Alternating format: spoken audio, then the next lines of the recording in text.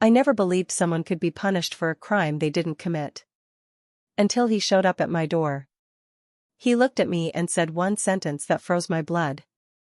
"You're not her daughter, you're her debt." I didn't understand what he meant. But when he showed me what my mother did in the past, I realized I was never safe from the beginning. I still remember the exact moment the message appeared on my phone. Unknown number. No name. Just one line. "We finally found you." My fingers went cold. Because I had no idea who he was. But they clearly knew me. And what they said next changed everything. Setup, 20 seconds, 3 minutes. My life was normal, or at least I thought it was. I worked a simple job. Lived alone. No drama. No enemies. My mother, she never talked about her past. Whenever I asked, she would go silent. One sentence she always repeated. "Some stories are better left buried." I never questioned it. Until that night.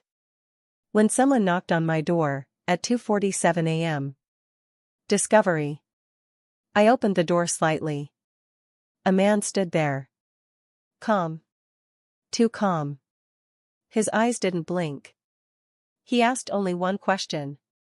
"Do you know who your mother destroyed?" My throat went dry. I said no. He smiled, but it wasn't warmth. It was memory. Then he showed me something on his phone. Old photos. Messages. Screenshots. My mother's name, connected to someone I had never heard of. And then he said, "She didn't just break a heart, she destroyed a life." My stomach dropped. Escalation. Over the next few days, things got worse. I started receiving messages. Not threats. Worse. Proof. Voice notes of arguments. Legal papers. Old letters. Every piece of evidence built a story I didn't want to believe. My mother had been involved in a relationship years ago.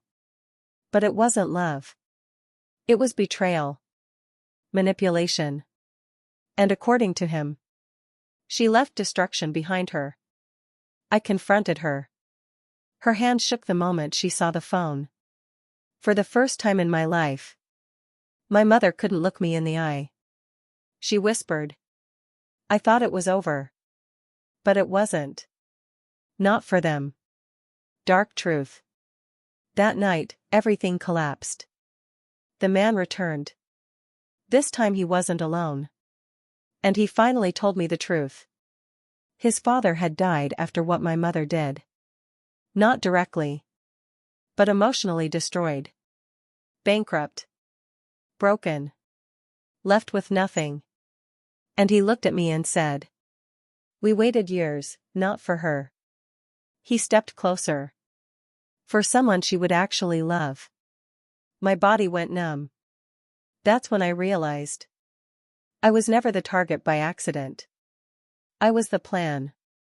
They didn't hurt me physically. That would have been too simple. They destroyed my life slowly.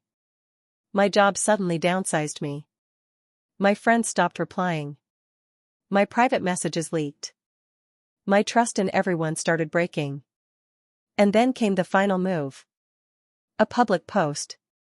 Everything my mother did, exposed online. And my name attached to it. I became the headline. Not her. Me. Because humiliation hurts more than violence. Climax. One night, I finally confronted him. I was shaking. But I asked, "What do you want from me?" He looked at me for a long time. Then said something I will never forget. "We don't want revenge anymore." Pause. "We just wanted you to feel what she never did." Silence. No anger left. Just emptiness. Because in that moment, I understood. This was never about justice. It was about transfer of pain. Weeks passed. Everything settled. But nothing healed. My mother left town. No explanation. No apology. Just silence. And I stayed behind. Living with a story I didn't write. Sometimes I think. Maybe revenge doesn't end. It just moves to the next person. I wasn't paying for my mother's sins. I was living proof that some pasts never stay buried. If you were in my place, would you forgive your mother? Or would you break the cycle? Comment below what you would do. And don't forget to subscribe, because the next story is even darker than this one.